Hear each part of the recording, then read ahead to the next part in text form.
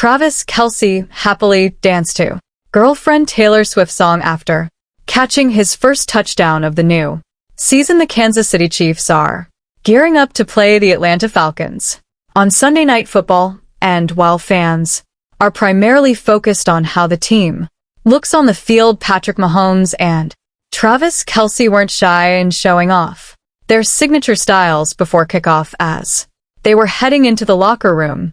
Upon arrival at Mercedes-Benz Stadium in Atlanta, Mahomes and Kelce were photographed wearing distinctly different but equally elegant clothes that gave fans a glimpse of their fashion tastes. Mahomes wore an impressive double-breasted suit, while Kelce opted for a more casual look that still featured a coat and tie combination. Their Chiefs teammates also did their best to dress the part ahead of Kansas City's matchup against the Falcons, following up Mahomes and Kelce with even more flair. The back-to-back Super Bowl champion Chiefs are in Atlanta this weekend to take on the Falcons, and Kansas City tight end dressed for the occasion. KC's social media team understood the assignment for Week 3, posting a picture of Kelce in his black suit, tie, and red sneakers with a perfect caption. It read, "Just happiness, fun, magic, and homage to a sweet moment between Kelce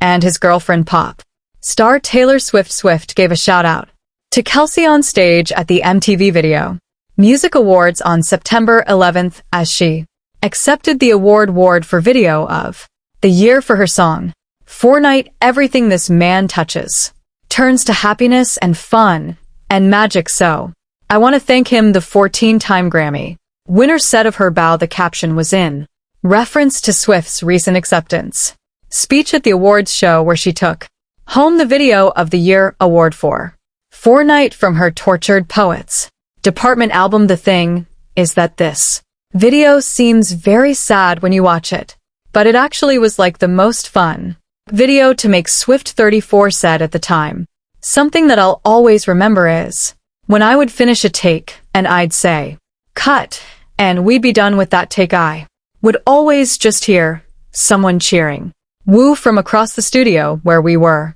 shooting it, and that one person was my boyfriend."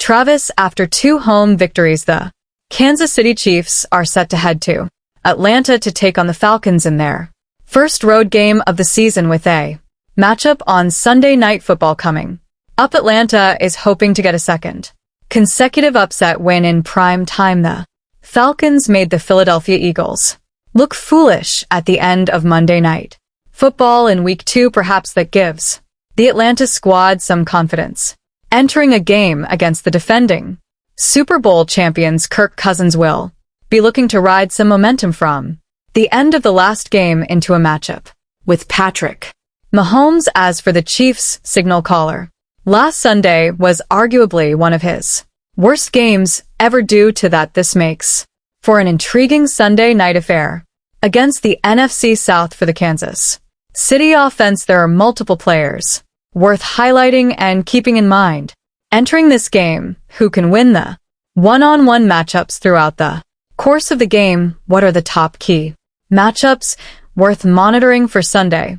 Here are 3 crucial player matchups for Chiefs Falcons. The slow start from Travis Kelce may not be something that he is greatly worried about, at least from a stats perspective.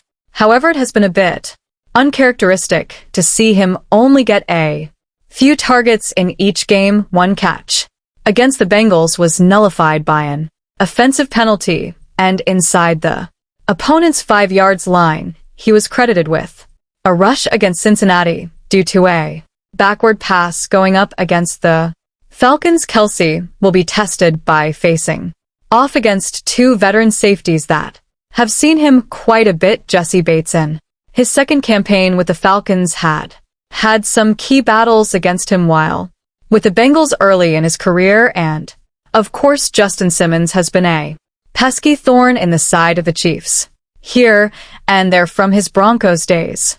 Both veterans offer great instincts and a nose for the football. Their ball skills may be the best of any safety duo in the entire NFL. Will they be able to take easy throwing windows away when Mahomes wants to hit Kelce, Or can the tight end shake free and start to pad his stats like we typically see? They may not be viewed as elite or even great offensive tackles in the NFL. However, Jake Matthews and Caleb McGarry have each been solid foundational pieces for a while now in Atlanta. Matthews' stature and heavy hands provide a sound skill set as a blindside protector. Meanwhile, McGarry moves smoothly and has above average athleticism for a blocker his size. The pass blocking has been a bit up and down from the Atlanta offensive tackle so far. TJ Watt single-handedly dismantled any hope that the Falcons offense had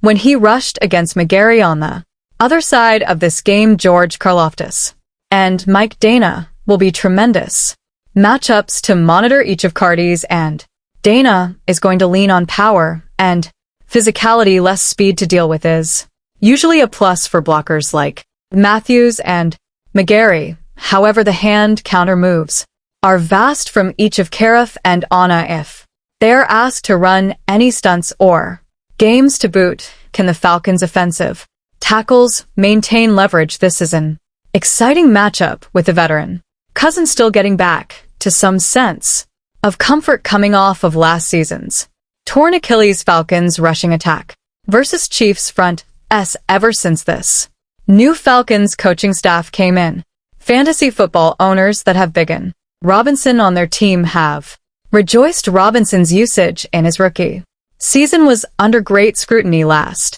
year, but through the first two games this season, Atlanta is rightfully giving him continued chances to both run toward the outside edge and have cut back lanes in between the tackles. Robinson has tallied 165 rushing yards on 32 carries so far. His yards per carry mark sits at 5.2 through those two contests, but obviously that is not all.